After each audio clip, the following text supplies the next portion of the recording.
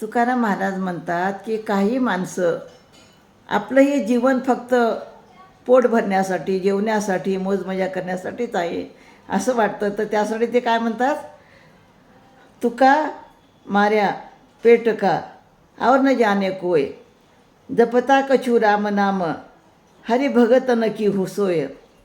तर म्हणजे काही लोक पोट भरण्याच्या भावनेनेच मारले गेलेले आहेत. म्हणजे त्यांना असं वाटतं की आपलं जीवन हे चांगलं खाण्यासाठीच आहे, आराम करण्यासाठीच आहे आणि त्या वाचून त्यांना दुसरं काही पण माहीत नाही.